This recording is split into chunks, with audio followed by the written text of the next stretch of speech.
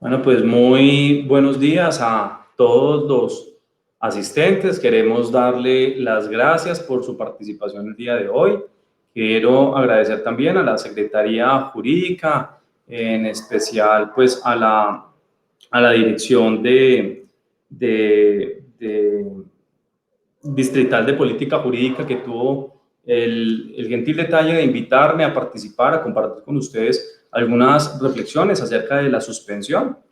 En tiempos de COVID, la suspensión ha adquirido gran relevancia acerca de los procesos de selección, de los contratos, de los términos administrativos y judiciales que inciden en el quehacer de entidades públicas, de contratistas y de entes de control. Y por esa razón, hoy queremos compartir con ustedes una visión muy transversal de la figura, contarles algunos efectos prácticos y económicos que se han derivado de ella y con base en lo anterior poder al finalizar mi intervención escuchar algunas de las inquietudes que ustedes pueden formular a través del chat que vamos a activar más adelante o a través de nuestras redes sociales, de la Secretaría Jurídica del Distrito, así como de Beltrán Pardo Abogados, quienes los acompañamos el día de hoy. Queremos agradecer al señor secretario por su amable invitación y pues sin mayores preámbulos queremos compartir con ustedes la presentación que nos convoca el día de hoy. Entonces, empecemos analizando las suspensiones en la normativa COVID-19, cómo quedaron los términos y contratos el día de hoy. De antemano les ofrezco excusas por las dificultades que puede haber relacionadas con el sonido, que puede haber de la calle. Lamentablemente, en donde me encuentro en este momento, a veces hay un ruido, entonces si llega a haber alguna interferencia, pues les agradezco su comprensión. Entonces, pues hemos sido invitados por el señor secretario y todo su equipo que ha sido tan gentil en invitarnos para reflexionar hoy sobre algunos aspectos de la suspensión en tres ámbitos muy puntuales: en los procesos de selección, en los contratos y en los procesos administrativos y judiciales y su manera como pueden impactar algunos asuntos claves como la liquidación de los contratos, como las reclamaciones por desequilibrios económicos o la forma como se deben computar o no las suspensiones. Todo lo anterior queremos o hemos traído para ustedes el día de hoy alguna jurisprudencia del Consejo de Estado, alguna doctrina de Colombia Compra Eficiente y otros asuntos en los que nos hemos basado para poderles compartir algunas consideraciones sobre el particular. No podía empezar mi presentación el día de hoy sin plantear un interrogante, una reflexión inicial relacionada justamente con las decisiones. Suspender un contrato, decidir terminarlo, contratar o no contratar, son decisiones a las que nos hemos tenido que enfrentar y nos seguiremos enfrentando a lo largo de este año. Y esas decisiones nos llevarán indefectiblemente a un destino decoroso y honroso o a uno no tan bueno. Pero más importante que ello es qué opciones hemos decidido en esta pandemia elegir. ¿Hemos decidido ser mejores personas o hemos decidido ser peores personas? Porque esta pandemia saca lo mejor o lo peor de nosotros. ¿Hemos decidido ser solidarios o hemos decidido ser egoístas? ¿Hemos decidido salvar un animalito o botarlo por el barranco? Ese tipo de decisiones son las que podemos tomar en estos tiempos y la invitación indefectiblemente es a que tomemos siempre las decisiones que redunden en el servicio y en la ayuda a los demás. De allí vamos a partir para reflexionar a lo largo de mi presentación sobre 4 temas que hemos decidido abarcar en conjunto con la Secretaría Jurídica del Distrito para resolver algunas inquietudes frecuentes que se han suscitado con esta figura. En primer lugar, vamos a hacer una aproximación conceptual sobre la figura de la suspensión en los distintos ámbitos, desde su definición en la RAE hasta las definiciones que se han derivado de las nuevas reglamentaciones que han surgido. Luego nos ahondaremos en la reflexión sobre la suspensión en los procesos administrativos y judiciales, donde les vamos a contar a la fecha de hoy, 24 de junio, cómo quedaron esos términos, cuándo se reanudan y cuáles serían los efectos que se derivarían de ello. Y adicionalmente vamos a abordar las suspensiones en la contratación estatal, bien sea tanto en el proceso de selección como en la ejecución de los contratos, para evaluar cuál es el impacto que va a generar en los procesos, y les vamos a compartir algunas dificultades prácticas que ya hemos ido encontrando, algunos vacíos, algunos baches que estas figuras, por más que el gobierno tuvo excelentes intenciones en reglamentar y en resolver algunas dificultades, hay algunas lagunas y vacíos que quedaron y que tenemos hoy algunas propuestas para ustedes de cómo resolverlo de manera práctica. Finalmente, no podemos ser ajenos a que todas estas situaciones generan algunos efectos económicos que seguramente serán objeto de reclamaciones en los contratos. Entonces, independientemente del rol que ustedes tengan como servidores públicos, contratistas o entes de control, va a ser relevante entender cuáles son algunos de los efectos que se pueden derivar de estas medidas de suspensión y cómo deberíamos hacerle frente a las mismas. Entonces, empecemos haciendo un análisis sobre la suspensión. La suspensión del contrato, como lo indica el diccionario de la Real Academia de la Lengua, se define como la acción de detener o diferir por algún tiempo una acción u obra. Noten ustedes que la suspensión en su definición y en su acepción natural y obvia se refiere justamente a paralizar, a detener, a congelar, si me permiten esa expresión, una situación, un proceso, una actuación administrativa en este caso. Entonces la suspensión, ya lo vamos a analizar más adelante, no implica de ninguna manera la prórroga del contrato, pero mucho menos tampoco implica su reducción en plazo, que también ha sido otra gran confusión que en la práctica se ha generado. La suspensión simplemente es como cuando ustedes tienen una película en Netflix y le dan pausa. Es una pausa a esa película denominada contrato estatal o proceso de selección, en el que los términos todos quedan quietos. Pero cuando ustedes vuelven a darle play, ustedes van a volver a reanudar ese contrato, a reanudar esa película, pero eso no quiere decir que la película ahora dura menos o que se prorrogó la película, se amplió su tiempo. Por el contrario, simplemente vamos a continuar la misma película inicial, solo que vamos a iniciar de nuevo en el punto donde la pausamos. Entonces, por esa razón, nosotros tenemos que considerar algunos elementos jurisprudenciales que se han establecido para el efecto. En primer lugar, la suspensión de manera general es una derivación de la autonomía de la voluntad de las partes. Las partes resulta que tienen que la necesidad de identificar cuáles son esas dificultades que se encuentran en la ejecución de los contratos y si necesitan adoptar medidas tendientes a garantizar la situación que tienen que resolver.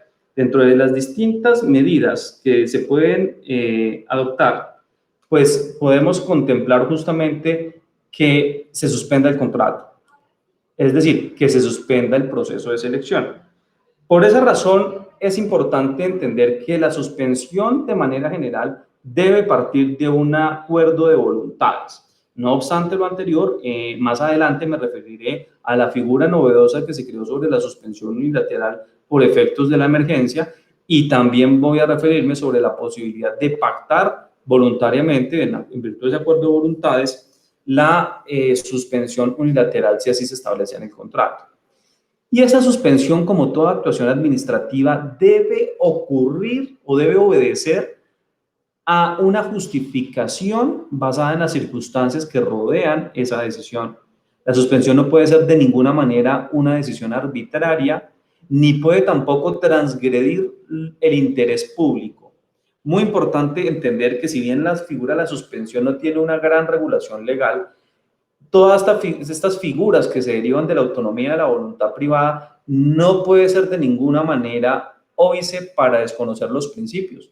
Yo no puedo utilizar la suspensión para encubrir incumplimientos de los contratistas. Yo no puedo establecer suspensiones para establecer o para tratar de prorrogar sutilmente la ejecución de un contrato y mientras la suspensión avanzamos en la ejecución.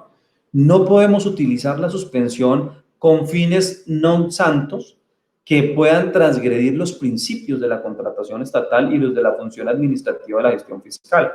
Por esa razón, digamos que esas suspensiones tienen un carácter temporal o provisional, no pueden ser indefinidas en el tiempo, ni pueden ser gaseosas, ni pueden durar de manera permanente en una entidad estatal.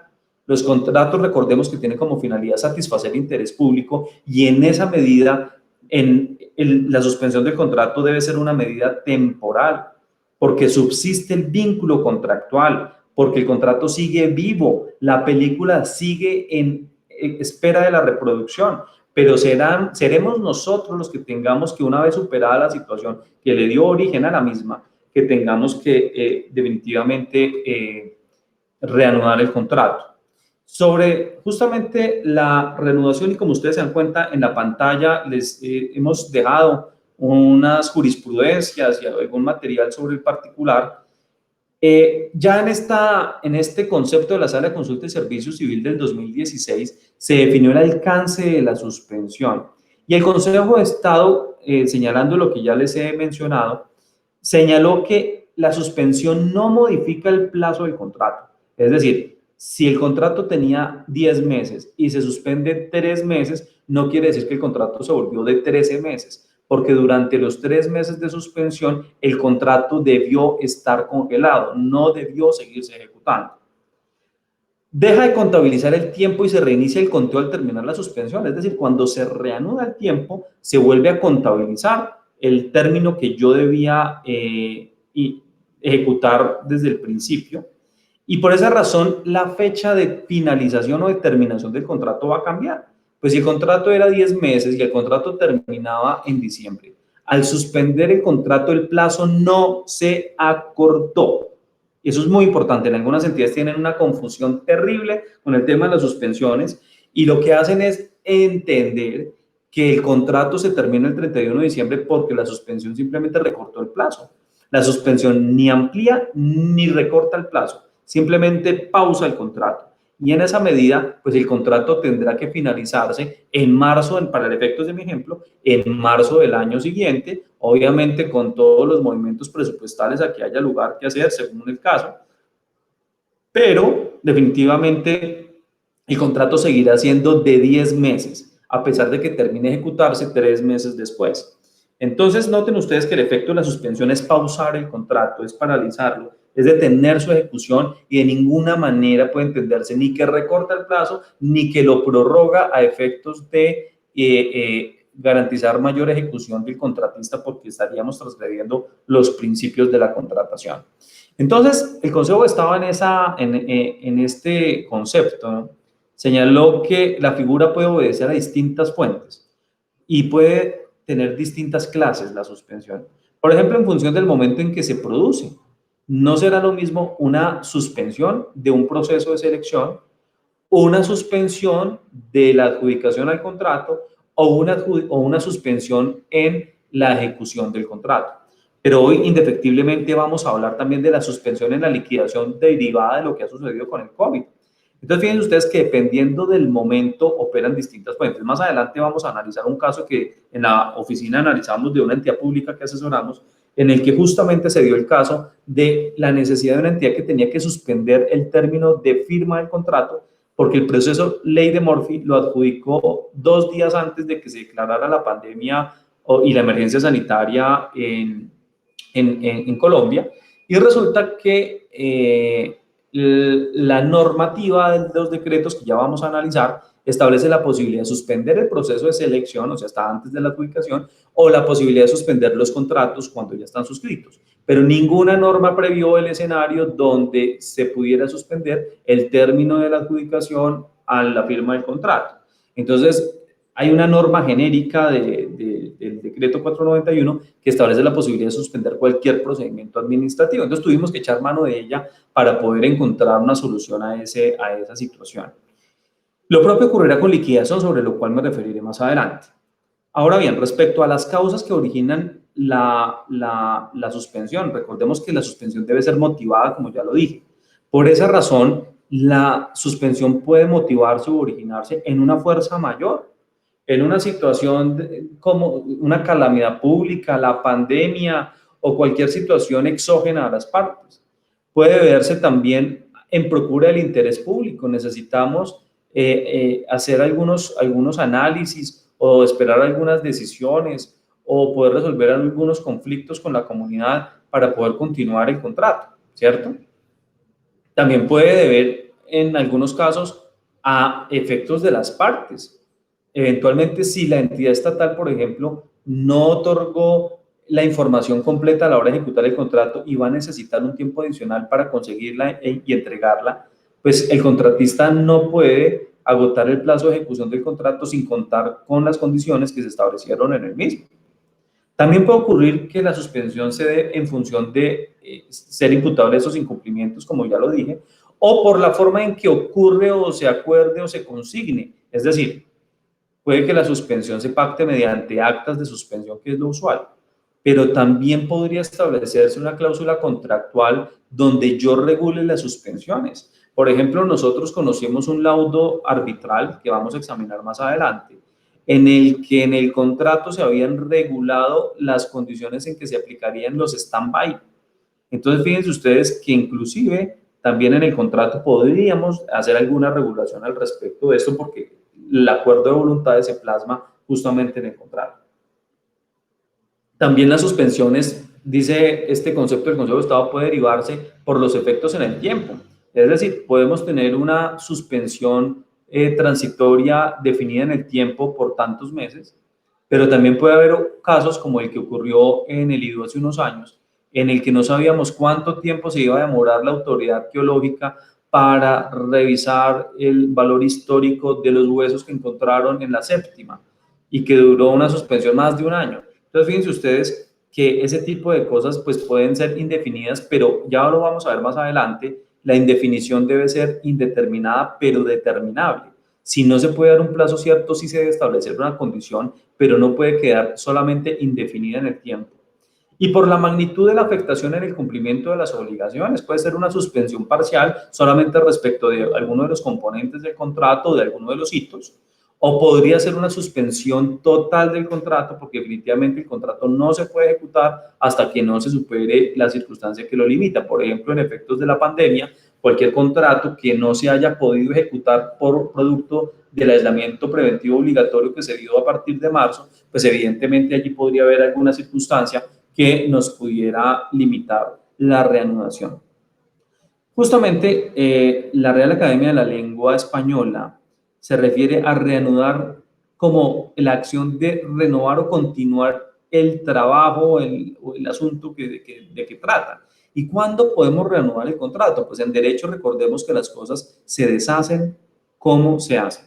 Si el contrato se suspendió mediante acta, pues deberá reanudarse mediante acta. Ahora ustedes me dirán, bueno, y si en el acta sometimos la reanudación a un plazo o a una condición, ¿será necesario volver a firmar un acta de reanudación? Pues todo dependerá del acuerdo de voluntades que hayan establecido las partes. Si las partes determinaron que efectivamente nosotros vamos a poner en el acta de suspensión la condición de reanudarse cuando se supere determinado tema, por ejemplo, digan ustedes, la obtención de una licencia o la obtención de un permiso o la superación de alguna dificultad, pues allí tendrá que haber justamente la regulación adecuada en esa acta de suspensión. Si se fija un plazo cierto, pues deberemos entender que agotado el plazo o cumplido el plazo, pues deberemos reanudar de nuevo el contrato sin necesidad de que me dé alguna reanudación, pero todo dependerá de la regulación que hagamos en el contrato y en el acta de suspensión. Ustedes me preguntarán, bueno, ¿y quién puede suspender el contrato? Volvemos al mismo punto de la autonomía de la voluntad. Si en el contrato regulamos que la suspensión del contrato lo podía hacer el supervisor o el interventor y el director del proyecto de parte del contratista, pues allí estaría vertida la voluntad de las partes. Pero si no guardamos, si no dijimos nada y guardamos silencio, lo propio será que las actas de suspensión deban ser firmadas por quien tiene competencia para afectar económicamente el contrato. Y deberá ser el ordenador de gasto y el representante legal del contratista. Pero vuelvo, repito, todo depende de la regulación que se haga en el contrato y en los manuales de contratación de las entidades acerca de la forma en que se debe ejercitar este tipo de funciones. Entonces, como decíamos, la suspensión puede supeditarse a un plazo cierto, la suspensión será por 3 meses, o a una condición. Una vez se obtengan los permisos o las licencias, o una vez logremos la autoridad arqueológica pronunciarse sobre determinado tema, lo que sea. En ese tipo de cosas, digamos que hay una especie de libertad en la configuración de la suspensión del contrato. Ahora bien, ¿qué ocurre con los plazos de algunas de estas normas que hemos establecido al respecto del coronavirus? Resulta que el 12 de marzo, el Ministerio de Salud y Protección Social declaró la emergencia sanitaria. Pero noten ustedes que la emergencia sanitaria es diferente de la emergencia económica, social y ecológica declarada por el señor presidente de la República. Los efectos de ambas son distintos, la naturaleza de ambas medidas son distintas, pero los decretos legislativos que se expidieron en función de la declaratoria de emergencia económica y social inicialmente habían atado el plazo de estas normas para la vigencia de dicha emergencia económica, social y ecológica. Sin embargo, después surgieron una serie de decretos que extendieron el plazo de las medidas de los decretos, de algunos de los decretos iniciales, por el término de la emergencia sanitaria del Ministerio de Salud. Esto es muy importante que ustedes lo precisen y lo tengan claro, porque algunas normas de los decretos legislativos se van a extender por el término de la emergencia sanitaria, pero otros se van a extender o se extendieron únicamente por el término de la emergencia económica, social y ecológica que ya finalizó. Entonces, hay que tener cuidado de no seguir utilizando figuras que eventualmente no podemos utilizar en este momento porque ya no existe la vigencia para las mismas. Entonces, al respecto, tenemos que el Ministerio de Salud y de Protección Social declaró la emergencia sanitaria hasta el 30 de mayo de 2020. Posteriormente la extendió hasta el 31 de agosto de 2020. Eso quiere decir que las normas que están supeditadas a la declaratoria de emergencia sanitaria van a extenderse hasta el 31 de agosto. De otra parte, los decretos legislativos que surgieron en regulación de muchos de estos temas que vamos a abordar el día de hoy, tuvieron efectos hasta el 15 de abril. De manera que si duraron 30 días calendario, pues las normas que estaban supeditadas únicamente al periodo de la emergencia económica, social y ecológica, pues ya dejaron de existir, ya desaparecieron del ordenamiento jurídico. A lo largo de la charla del día de hoy vamos a ir abordando algunas reflexiones sobre la vigencia de estas normas para identificar cuáles ya no son aplicables y cuáles siguen estando vigentes hasta el 31 de agosto o la fecha que extienda el Ministerio de Salud y Protección Social. Entonces, siendo claro un poco el panorama que nos convoca el día de hoy, ya vamos a entrar en materia de las suspensiones que se dan en los términos administrativos y judiciales, luego los de contratación, en los procesos de selección y en la contratación propiamente dicha, y los efectos económicos que se derivan de esta situación. Entonces, la suspensión en los procesos administrativos y judiciales. Resulta que el decreto 564 de 2020 estableció una posibilidad o estableció la facultad de que el Consejo Superior de la Judicatura se congelara los términos de prescripción y caducidad hasta tanto se reanudaran los términos judiciales por parte de este máximo órgano de la justicia en Colombia. Hasta el momento tenemos que inclusive el desistimiento tácito se reanudará un mes después del levantamiento de la suspensión de términos. ¿Cuándo opera ese levantamiento de suspensión de términos judiciales y administrativos en todo el país? Según el Consejo Superior de la Judicatura, en el acuerdo que ustedes ven en pantalla, se reanudarán a partir del 1 de julio de 2020. No obstante, y teniendo en cuenta que esta prórroga tuvo unas excepciones, hay algunos procesos que ya están en funcionamiento. Las acciones, que son las mismas que veníamos con algunas novedades, pero en particular me voy a centrar en las relativas a lo contencioso administrativo.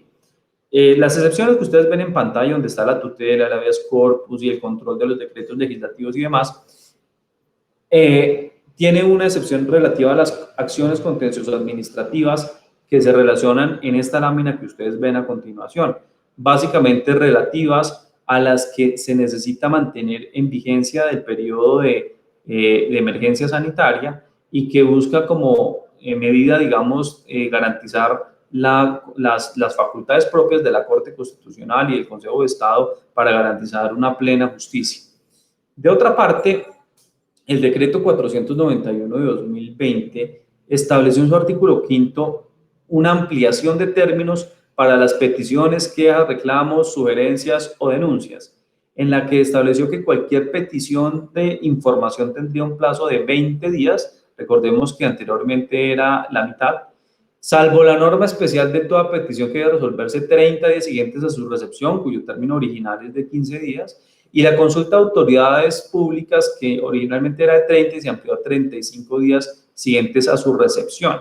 Entonces, bajo esta óptica y en curso de las que se radiquen durante la vigencia de emergencia sanitaria, estos serán los plazos. Pero estos no pueden ser los plazos para peticiones caducas que venían de tiempo atrás a la declaratoria de la emergencia, a la que muchas entidades públicas han querido apelar para desconocer el derecho de petición sagrado al que tenemos derecho todos los ciudadanos y que lamentablemente, producto de su negligencia o desidia, ya estaban vencidos al momento de la entrada en vigencia del estado de emergencia.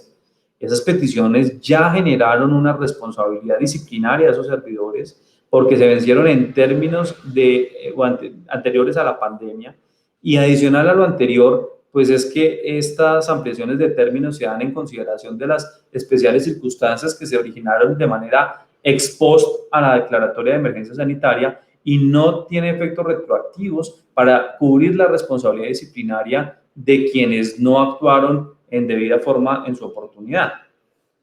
Ahora, otra consulta que también nos han hecho al respecto es lo relativo al registro único de proponentes. Sobre el registro único de proponentes, recordemos que según el decreto 1082, la posibilidad que tienen las entidades estatales de renovar su RUP y de no perder los efectos es que radiquen la solicitud a más tardar el quinto día hábil de abril. El quinto día hábil de abril que ya pasó hace rato. Pero producto de la pandemia, el gobierno mediante el decreto 434-2020 amplió los plazos para el RUP, el registro mercantil y el registro único empresarial y social hasta el quinto día hábil de julio. Es decir, en cuestión de 2 semanas tendremos que ver el vencimiento del plazo para la renovación del RUP en materia contractual. Aquí surge una gran polémica y es, bueno, ¿y entonces qué pasa con el plazo del decreto 1082? Pues es más que evidente que tiene que entenderse que ese plazo se ha visto suspendido producto de la modificación que se hizo a través de este decreto que estábamos analizando. Pero consideremos también un tema importante y es qué ocurre con el pliego tipo de obra que está en este momento en vigencia, tanto para licitación pública como para selección abreviada. Pues efectivamente dentro de las causales de rechazo se encuentran las relativas a no haber radicado la solicitud de la renovación a más tardar el quinto día hábil de abril. Pero en esto opera la jerarquía normativa y evidentemente este decreto 434 es superior en jerarquía al decreto 1082 y al decreto que adoptó el pliego tipo tanto de licitación como de selección abreviada, y en consecuencia debe entenderse que las entidades públicas debían modificar ese pliego tipo en función de este decreto particular, pero adicionalmente debería aplicarse el simple sentido común de que no es válido ningún rechazo de los proponentes que no hayan solicitado la renovación hasta el quinto día hábil de abril de julio, motivo por el cual aplicar esa cláusula que está en los pliegos tipo no puede ser en este momento viable y en consecuencia hay que aplicar la norma especial y posterior que existe para efectos de la pandemia, de manera que no se pueden rechazar proponentes producto de la aplicación del pliego tipo. Los proponentes pueden obrar en los términos en que el decreto 434 les habilitó y en esa medida no es factible ni es posible que se puedan rechazar proponentes de manera legal y válida sobre pretexto de aplicar el pliego tipo. Sería una forma también de hacerle el esguince a la transparencia en los procesos de selección. Entonces, bajo esta óptica, los proponentes tienen plazo hasta el 5º día hábil de abril para solicitar la renovación de su inscripción en el Registro Único de Proponentes, sobre lo cual los queremos invitar a que a través de nuestras redes sociales, y lo circularemos también con la Secretaría Jurídica del Distrito, vamos a expedir un boletín haciendo las reflexiones sobre la diferencia entre renovación, inscripción y actualización de la información y cómo se debe validar su subsanabilidad en el curso de un proceso de selección. Y también vamos a publicar un video en el que vamos a hacer el análisis más detallado de este particular asunto. Bueno, pues bien, entonces continuemos con nuestra presentación abordando el tema de la suspensión de las actuaciones administrativas y jurisdiccionales. Resulta que efectivamente, por razón del servicio y como consecuencia de la emergencia, el artículo 6º del decreto 491 establece la facultad de las autoridades administrativas para suspender mediante acto administrativo los términos y las actuaciones administrativas o jurisdiccionales en sede administrativa. Entonces, noten ustedes que el mismo decreto define que por autoridad administrativa cualquier organismo o entidad que conforma las ramas del poder público en sus distintos órdenes, pero además también incluye a los particulares que cumplen funciones públicas. Piensen ustedes en las cámaras de comercio, piensen ustedes en los tribunales de ética médica, piensen ustedes en cualquier particular que ejerce función pública. Bajo esta perspectiva, se podrán suspender todas estas actuaciones y términos administrativos y jurisdiccionales hasta el término de la emergencia sanitaria. Fíjense ustedes que aquí comienza a tener relevancia la explicación que hacíamos al comienzo sobre diferenciar la emergencia económica, social y ecológica y la emergencia sanitaria. ¿Esto qué quiere decir? Que esta suspensión de términos se podrá extender hasta el 31 de agosto según el caso y según la necesidad de la entidad. Fíjense que la norma lo condiciona a razones del servicio y como consecuencia de la emergencia del COVID-19. Entonces, bajo esa óptica, ahí hay que tener cuidado con ese tema. Queremos también, para quienes tienen la inquietud de si esta presentación, dónde la van a encontrar o cómo la pueden recibir, quienes escribieron a través del vínculo de la Secretaría Jurídica, esta presentación la vamos a remitir a la Secretaría Jurídica para que se la remita a ustedes y también la vamos a publicar en nuestra página web www.beltranpardo.com para quienes no tengan acceso a esta información, pues la podrán descargar de allí en el transcurso de esta semana.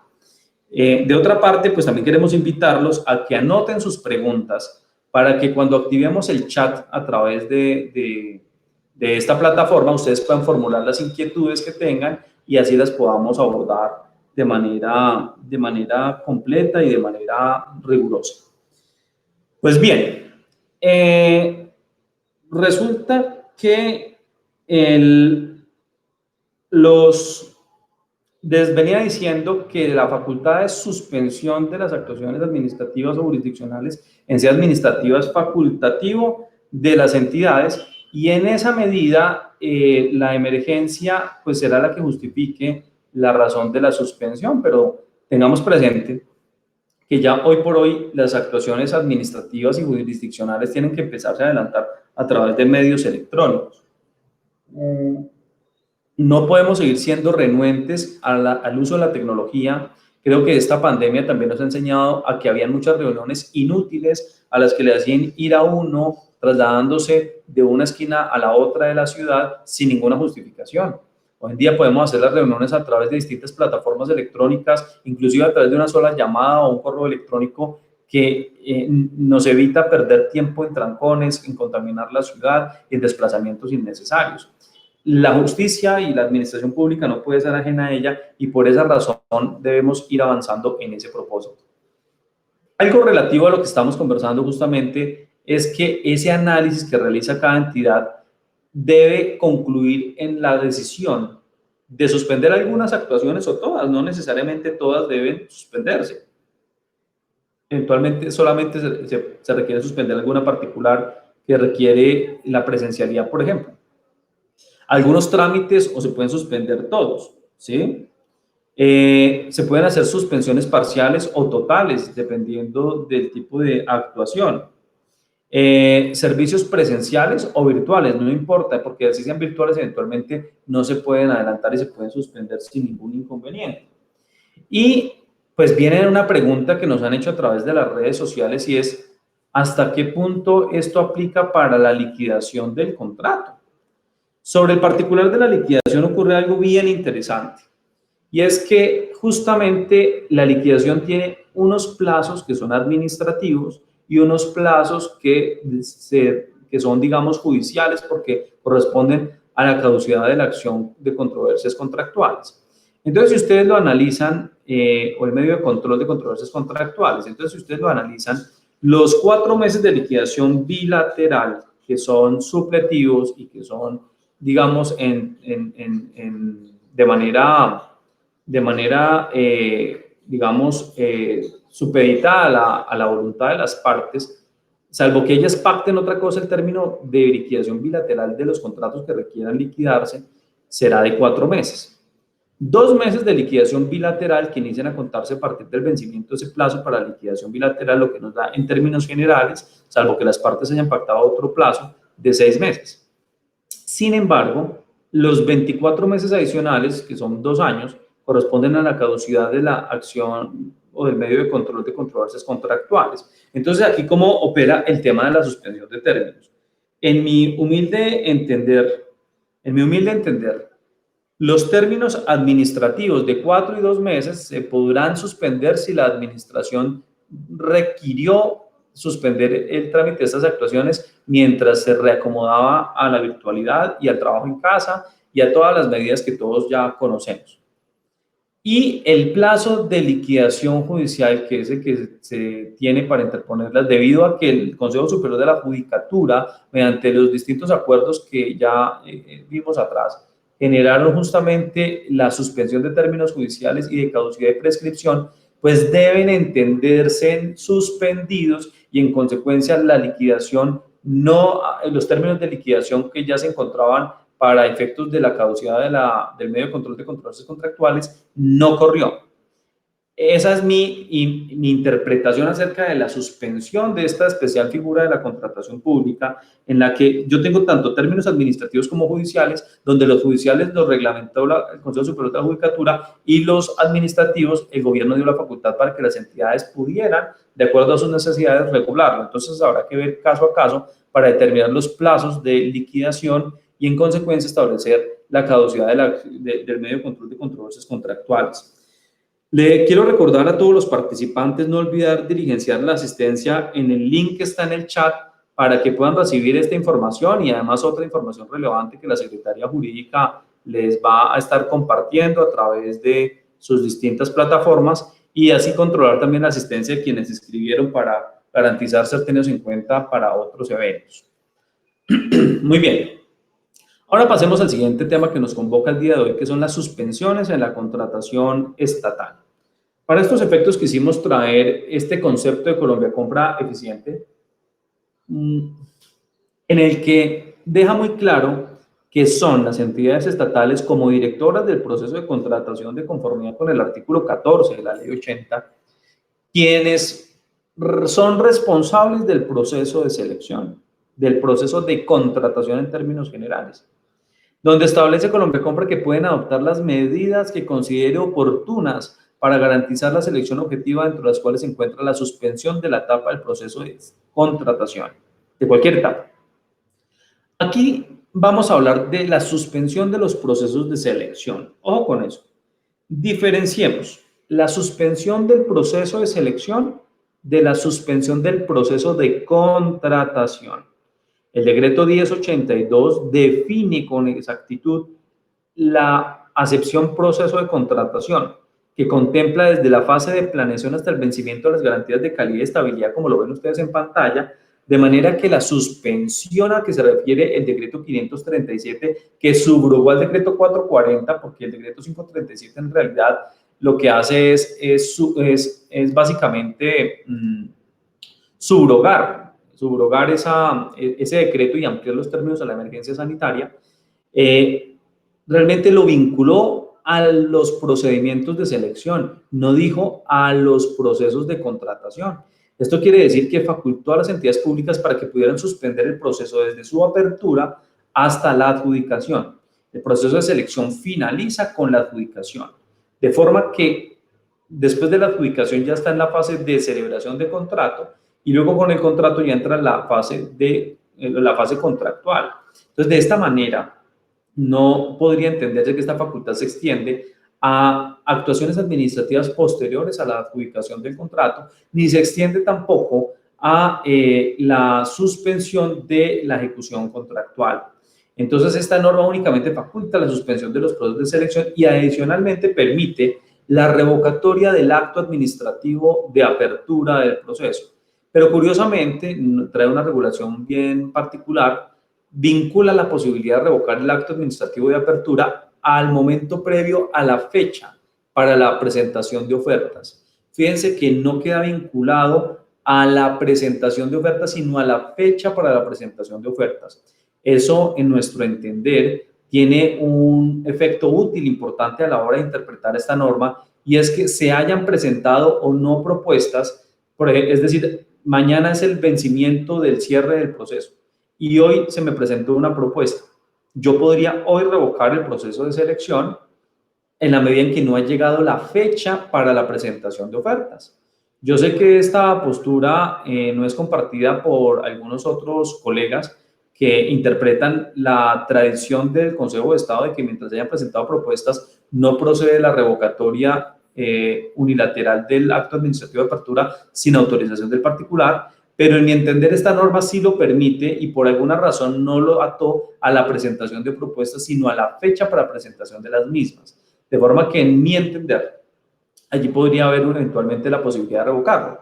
Yo creo que en esto el gobierno incluso pudo ser más ambicioso y debió permitir a las entidades públicas que antes de la adjudicación pudiera revocar el acto administrativo de apertura sin autorización de los particulares, porque en este momento hay muchas entidades que tienen procesos enredados y pedirle la autorización a un particular para poder revocar ese acto es un trámite muy difícil y dependerá de la buena fe y de la buena voluntad de los proponentes que participan en los procesos de selección. Sin embargo, la norma quedó planteada de esa manera y por eso es importante diferenciar en la norma que el decreto 1082 define proceso de contratación incluyendo todas las etapas de precontractual, contractual y postcontractual, y el decreto 537 se refirió únicamente a la posibilidad de suspender procesos de selección.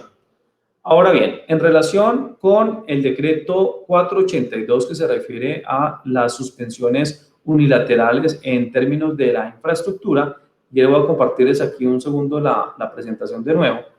Resulta que tenemos que efectivamente en este decreto de manera muy interesante regula la suspensión unilateral de los contratos de infraestructura de transporte. Lastimosamente, el decreto solo previó la suspensión unilateral de los contratos de infraestructura de transporte, porque era un decreto de ese sector. Lamentablemente, el decreto 440 y el 537 regularon solo algunos aspectos, pero muchos aspectos de contratación quedaron difuminados en decretos legislativos del sector salud, del sector planeación, del sector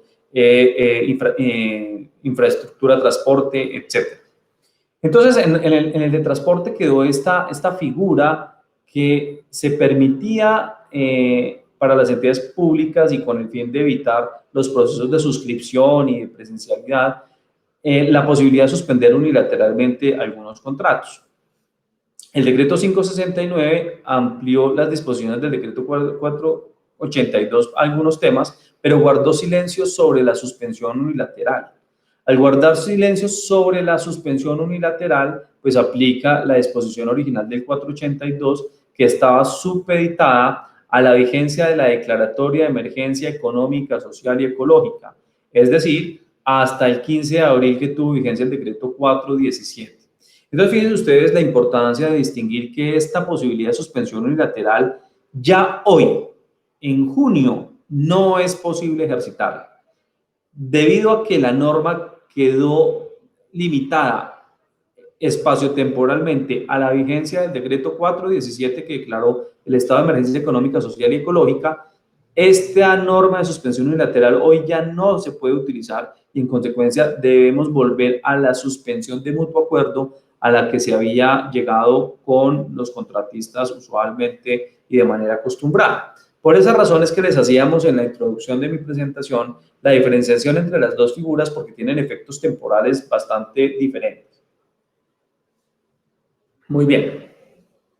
Ahora, ¿qué ocurre con los contratos de prestación de servicios? En tratándose de los contratos de prestación de servicios, tenemos que el decreto 491 estableció en los artículos 16 y 17 algunas reglas que no deben llevar a confusión.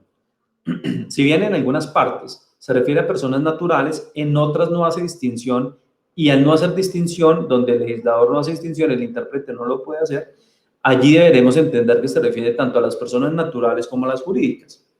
¿En dónde se refirió a las personas naturales?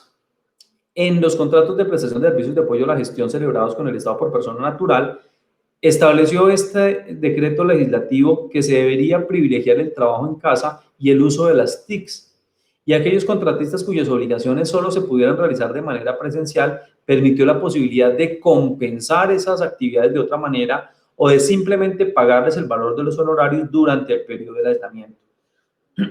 Fíjense ustedes que la filosofía de los decretos legislativos del gobierno era invitar a la solidaridad a las entidades estatales, a que mantuvieran las relaciones contractuales, a que no se abstuvieran de seguirlo celebrando y de darle la mano a muchos particulares que necesitaban trabajo durante la pandemia para poder llevar el sustento a su casa. Sin embargo, lamentablemente y por redes sociales he sido, digamos,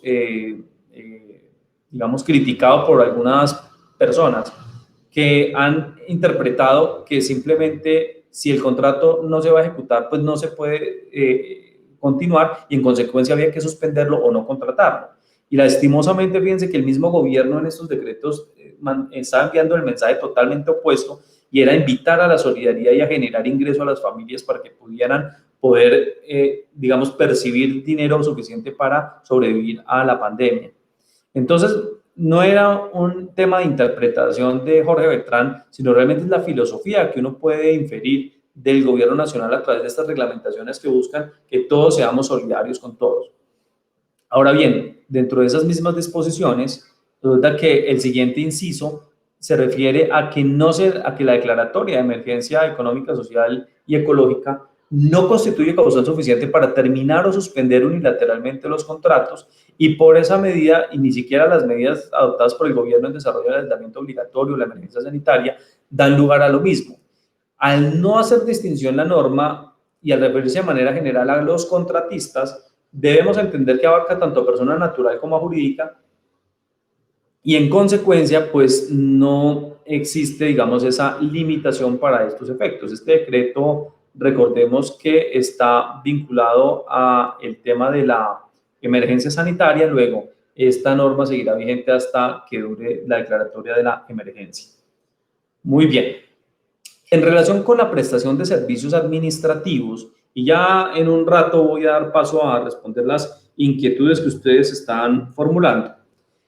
Resulta que el decreto 491 establece que los contratos de vigilancia, aseo y cafetería o de transporte, pero fíjense que se refiere a los contratos de prestación de servicios administrativos celebrados, no serán suspendidos, es decir, establece una prohibición para la suspensión de estos contratos y para que se efectúe el pago de ellos a través de una certificación de nómina de seguridad social del personal que tenía vinculado al momento de iniciada la emergencia económica, social y ambiental, y facilita en su parágrafo la posibilidad de desarrollar alguna forma de tener los pagos a través de medios electrónicos. Entonces, fíjense ustedes que en ese sentido, el decreto permite que en este tipo de contratos celebrados se puedan adoptar esas medidas tendientes a la continuidad de los mismos y evitar el desempleo y la quiebra de más empresas que lamentablemente se están quebrando derivado de la situación económica que vive Colombia y el mundo. Pero, ¿qué ocurre si el contrato se adjudicó y no se celebró? Ese caso puntual lo hemos tenido que analizar en la oficina y es un caso bien complejo porque la adjudicación es irrevocable en principio. Y adicionalmente a ello, el contrato no está celebrado para tener, digamos, la protección de las medidas que establece el gobierno nacional. Entonces, bajo esa óptica, tenemos varias dificultades importantes y es qué operaría ahí. Nosotros hemos hecho el análisis sin perjuicio de mejores opiniones, pero el Consejo de Estado también se ha pronunciado acerca de que nadie está obligado a lo imposible, que si la administración ha encontrado dificultad o imposibilidad para celebrar el contrato y debe ser una imposibilidad derivada de la fuerza mayor que y sea impeditiva de manera absoluta la ejecución del contrato, bajo esa óptica la administración no está obligada a lo imposible y no tendrá el deber de celebrar el contrato. Claro, el concepto del Consejo de Estado no nos indica cuál instrumento jurídico serviría para finiquitar esa relación administrativa. Apelamos a la revocatoria como si eso fuera una causal nueva, revocatoria directa, no sugiere el texto que así lo haya concebido. Operará el decaimiento del acto administrativo de adjudicación en la medida en que desaparecieron los fundamentos de hecho que le dieron lugar al momento de abrirlo y ahora para efectos de la firma del contrato ya no se va a ejecutar el contrato, entonces sería una causal para que el acto administrativo se entienda que decayó y perdió efectos en consecuencia. ¿Cuál es el remedio? Digamos que eso no está escrito, no está en ninguna norma, pero son los problemas que se presentan en el día a día y que tenemos que enfrentar como abogados a la hora de resolver las inquietudes que surgen en desarrollo de esto. Ahora, ¿qué ocurre con las entidades de regímenes especiales? Pues claro, las entidades de regímenes especiales no tienen todo el protocolo de adjudicación y firma del contrato, simplemente aceptan la oferta y ya nació el contrato. Pero todas estas medidas de desequilibrio económico las analizaremos más adelante, donde tanto para entidades de régimen público como para entidades de régimen especial les van a ser aplicables las consideraciones relativas a restablecer la ecuación económica del contrato y en consecuencia su equilibrio, de forma que si producto de todas estas medidas adoptadas por el gobierno se han generado sobrecostos a algunos contratistas, obviamente debidamente comprobados y soportados, deberán reconocerse por parte de la administración en los términos que la jurisprudencia de las altas cortes así lo ha indicado. Entonces, continuemos con nuestra presentación señalando que efectivamente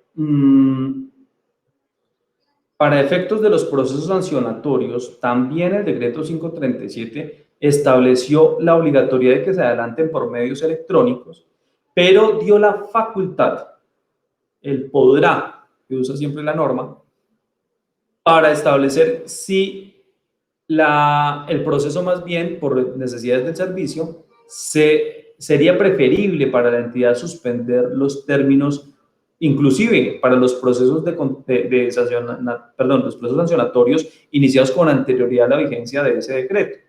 Entonces, es una norma que tiene carácter retroactivo, de forma que cualquier proceso sancionatorio que ya estuviera en curso o que se vaya a iniciar a partir de o en vigencia de estas medidas adoptadas por el gobierno podrá ser suspendido y en consecuencia los términos también para ejercer la facultad sancionatoria se entenderán suspendidos y en consecuencia no caduca ni prescribe la facultad de la administración si se declara debidamente mediante acto administrativo y es debidamente divulgado y publicado.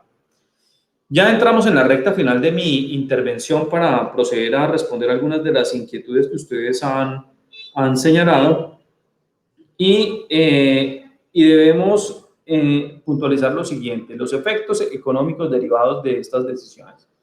En primer lugar, suspender un contrato puede generar efectos eventualmente de mayor permanencia.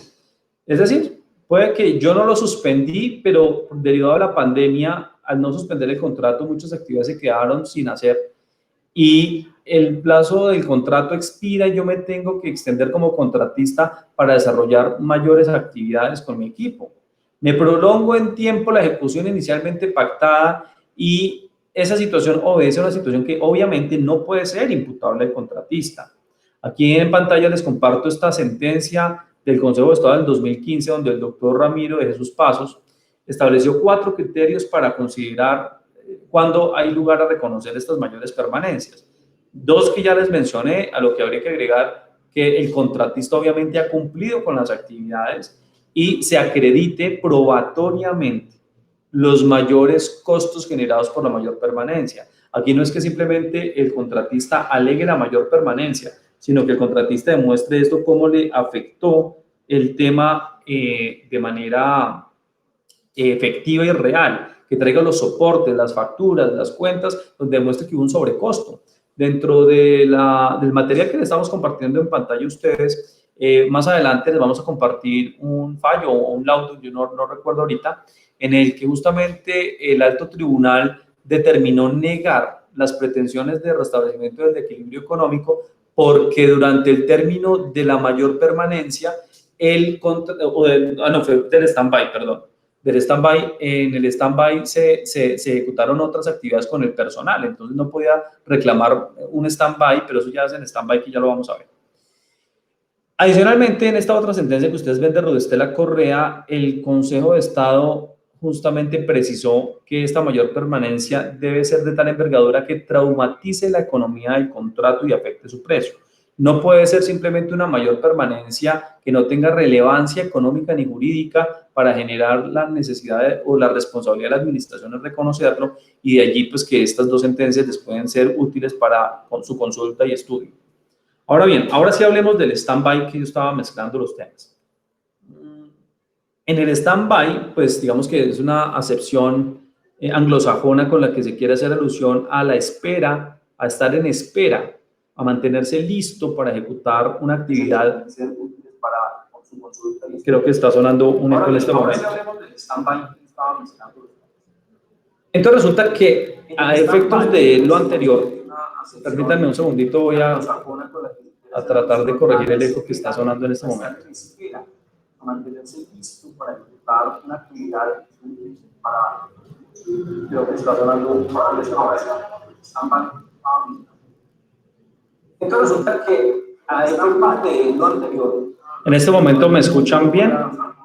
Estimosamente a veces la tecnología nos juega unas malas pasadas.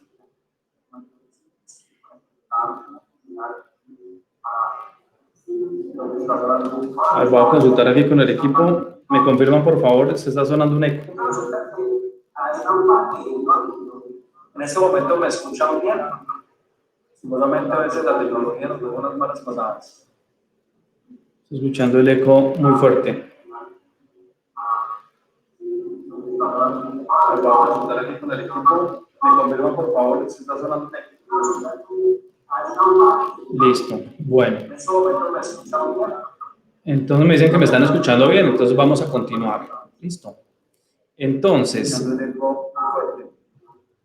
les estaba hablando del stand-by, en el que justamente ocurre cuando, producto de una suspensión, el contratista incurre en algunos gastos relativos a su personal, relativos a su maquinaria. No, sí hay un eco, sí me están comprobando que hay un eco. Justamente ocurre cuando de una suspensión, el contratista incurre en algunos gastos relativos a su personal, relativos a su maquinaria. No sé si hay un eco, si me están comprobando que hay un eco.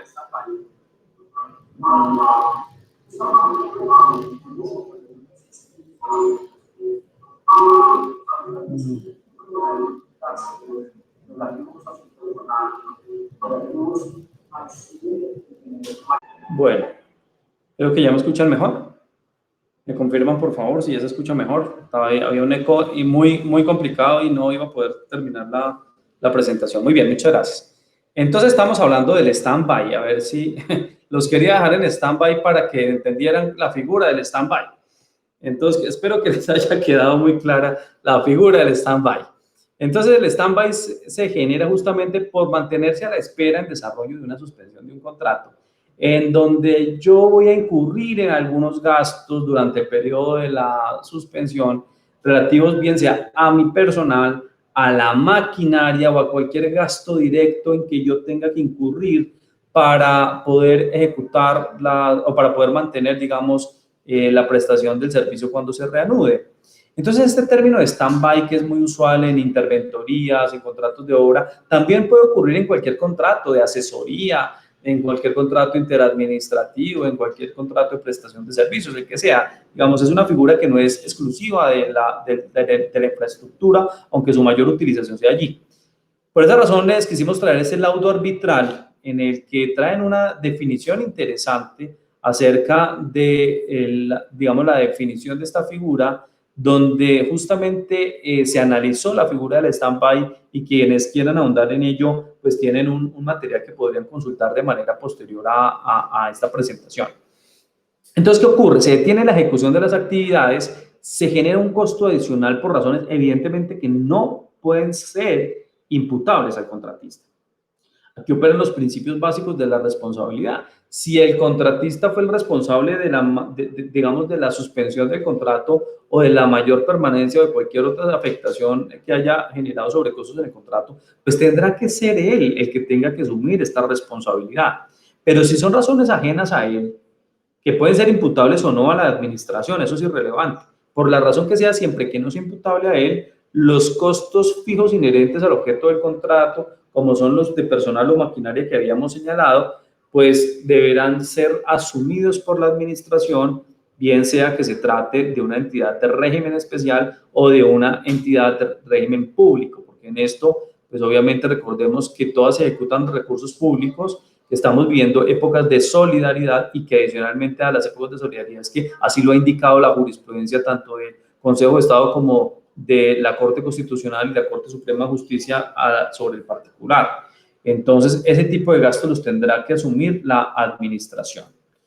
Bueno, pues con esta intervención les queremos agradecer la invitación a estas reflexiones acerca de la suspensión en sus distintas dimensiones.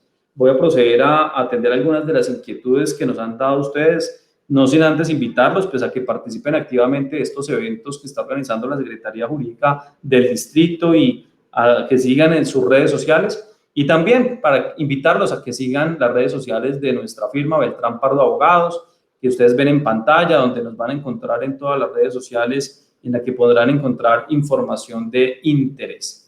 Entonces voy a permitirme tomar la palabra para responder algunas de las inquietudes que ustedes nos han planteado a través de las redes. Entonces aquí voy a tratar de leer las primeras que me enviaron.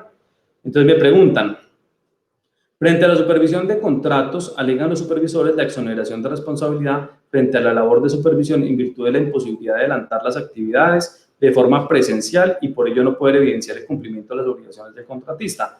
Manifestación que han dejado por escrito, por lo cual genera el cuestionamiento de la entidad en cuanto a las obligaciones del supervisor y si es posible alegar causal para exonerarse de las responsabilidades propias del supervisor. Qué interesante pregunta. Fíjense ustedes que hay que diferenciar dos momentos. El primero, que es las dificultades propias que van a tener los supervisores y que han tenido en efecto para supervisar contratos. Son, digamos, dificultades propias que han tenido los funcionarios públicos para ejercer su labor administrativa. Pero otra muy distinta es la desidia, la negligencia y la falta de proactividad. Efectivamente, nadie está obligado a lo imposible. Y si yo tenía que ir a hacer visitas presenciales, pues obviamente producto del aislamiento obligatorio, pues no las pude hacer. Pero yo no puedo desconocer que también a través de los medios electrónicos es posible verificar muchos temas, a través de videollamadas, a través de fotos, de archivos digitales, de listas de asistencia, de llamadas, etcétera. Se pueden adelantar algunas de las actividades que efectivamente yo puedo vigilar. Entonces el supervisor no puede simplemente tomar una actitud negligente y con desidia al decir que porque ya no está en su puesto de trabajo trabajando, porque no puede hacerlo presencial, no puede hacer nada. Al contrario, tienes que valerse de las herramientas que hoy facilitan las TICs para ejercer de la mejor manera su labor. Y obviamente no podrá ser responsable de lo que no haya podido validar de manera directa con sus propios ojos y manos, porque obviamente había una prohibición generalizada acerca de la movilidad de nuestros funcionarios y de todo el mundo. Pero otra cosa muy distinta es simplemente con negligencia y desidia decir que yo no respondo por nada y dejo tirado el contrato, porque aquí estamos hablando de interés público que prevalece sobre el interés particular, y ahí el uso de las TICs hoy con la pandemia hemos comprobado. Fíjense ustedes, estos eventos los hacíamos antes presencialmente en los auditorios de la alcaldía, hoy lo estamos haciendo a través de estos medios, luego no existe ninguna justificación para decir que no es posible hacer ningún tipo de verificación. La siguiente pregunta es la misma. Frente a la suspensión de contratos, ¿cuál es el manejo que debe darse a las solicitudes hechas por los contratistas de obra en donde solicitan adición del contrato superior al 50%? Bueno, lo que ocurre es que hay que validar cuál es el desequilibrio que están alegando. Y en relación con el desequilibrio que están alegando, hay que verificar realmente cuál es el monto del presunto desequilibrio. Recordemos que el primer sector que se reactivó y que se comenzó a incorporar a la vida económica fue el sector infraestructura. Entonces, yo dudo mucho que por un tema de suspensión del contrato por un mes o por las dificultades que existen hoy, porque no solamente la suspensión, sino los sobrecostos asociados a los protocolos de bioseguridad y otros gastos adicionales en que los contratistas efectivamente han comenzado a tener que incurrir, pues dudo mucho que eso dé al tope para superar el 50%. Ahora, existirá el caso eventualmente donde ya se hayan hecho adiciones del contrato y ya estemos al borde del 50% y cualquier reconocimiento exceda ese 50%. Pues eso habrá que eventualmente revisar cómo se hace su reconocimiento a través de un contrato de transacción o a través de la liquidación del contrato, en la que yo reconozca estas mayores ejecuciones, demostrando evidentemente que se necesitaron para ejecutar adecuadamente el contrato y que era además mandatorio del gobierno nacional cumplir con dichas obligaciones. A ver, ¿qué otras preguntas hay? Nos preguntan, referente a los procesos administrativos sancionatorios, ¿aún se encuentran suspendidos los términos? Muchas gracias por la información. Bueno, no, dependerá de la entidad, ¿no? Algunas entidades continuaron adelantando procesos sancionatorios de manera electrónica, me consta porque los he visto. Hay otras entidades que sí efectivamente hicieron uso de la suspensión, entonces ahí digamos que la suspensión será hasta el momento en que ellos lo hayan indicado sin que exceda el término de la emergencia sanitaria. Nos preguntan también si se suspende el contrato y a causa de este presenta un desequilibrio económico, ¿qué debe hacer la entidad para no verse afectada? Pues es que la entidad lastimosamente siempre se va a ver afectada, y esto como todo un acuerdo de voluntades. Las entidades estatales tienen que reconocer los mayores gastos, pero ojo con esto, a la hora de reconocer los mayores gastos, por ejemplo, en que han incurrido los contratistas en aplicación de los protocolos de bioseguridad, yo debo reconocer los gastos efectivamente en que haya incurrido el contratista a precios de mercado de hoy. Yo no puedo pretender pagar un tapabocas a como se pagaba hace 3 meses. Hace 3 meses era mucho más barato, hoy es más costoso. Pero tampoco puedo pretender pagarlo a 3 y 4 veces el valor de hoy. Y todo eso hay que dejarlo documentado para que cuando los entes de control revisen, y en esta cacería de brujas en las que están, que a veces son un poco injustos, pues lastimosamente tenemos que los precios de mercado de hoy siempre van a ser más costosos que los de hace 3 meses, pero tampoco pueden ser abusivos a un punto en el que nosotros también generemos detrimento para la administración. Como dice el dicho de las abuelitas, ni mucho que queme el santo, ni poco que no lo alumbre. Habrá que revisar un precio que sea razonable a precios del mercado de hoy, y esos precios habrá que reconocérselos al contratista indefectiblemente, sea régimen público o sea régimen privado. Me preguntan qué sucede si durante la suspensión se vence el contrato. Justamente como explicábamos al comienzo de mi intervención, pues en el desarrollo de mi intervención, la suspensión no permite que el plazo siga transcurriendo. En la medida en que el plazo no sigue transcurriendo, pues evidentemente no podría vencer el plazo contractual. El plazo final se corre, y en la medida en que el plazo contractual se corre, pues obviamente el vencimiento se tendría que comenzar a computar una vez se reanuda la suspensión del contrato. Es necesario adicionar los contratos de prestación de servicios de persona natural hasta tanto se venza el término del decreto 491.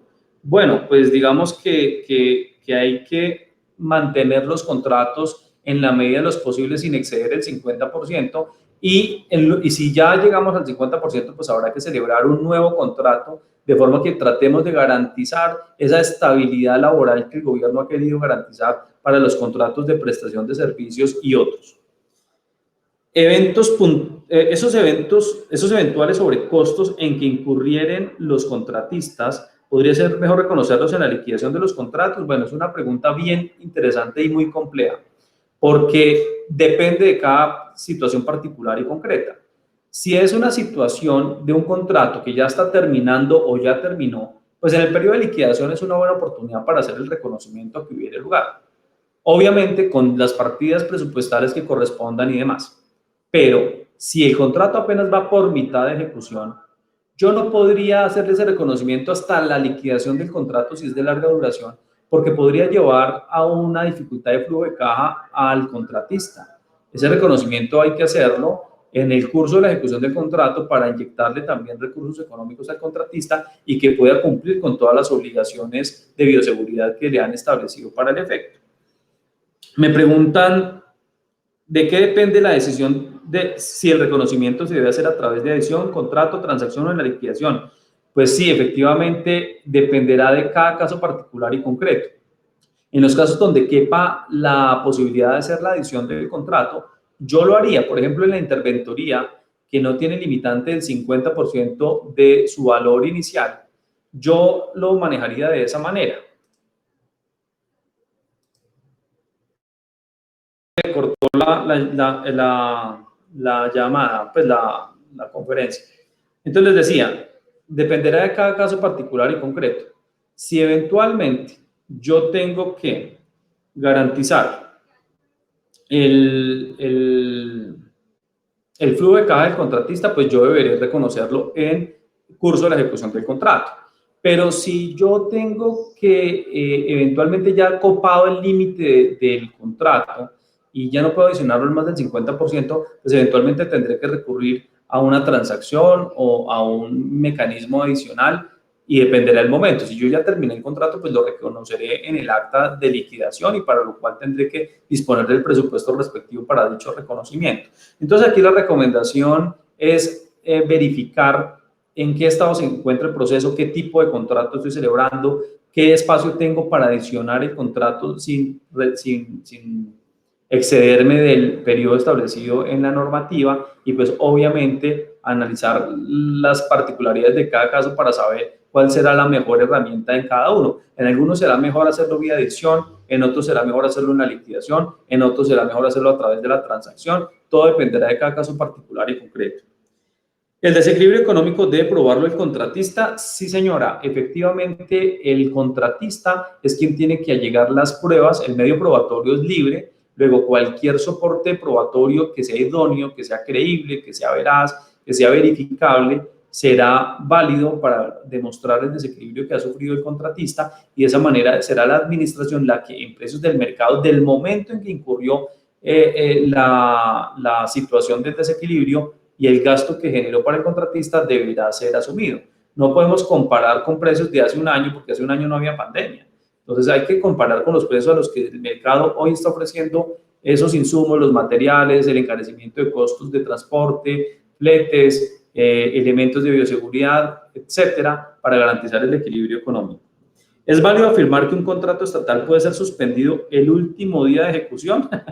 Bueno, estas son las gimnasias jurídicas que uno encuentra en algunas entidades y pues sí, digamos que mientras el contrato no esté muerto, está vivo, ¿no?